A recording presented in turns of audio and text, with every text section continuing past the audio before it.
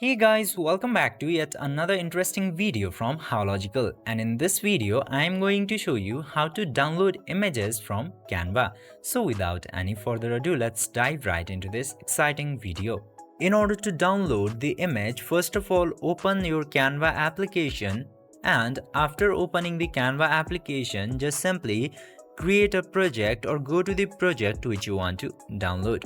For example, I'm opening this project right here, and now I want to download this image into my phone. Now in order to download, you just simply have to tap into this download button at the top right. Just simply tap into that and your image will successfully be downloaded into your device from Canva.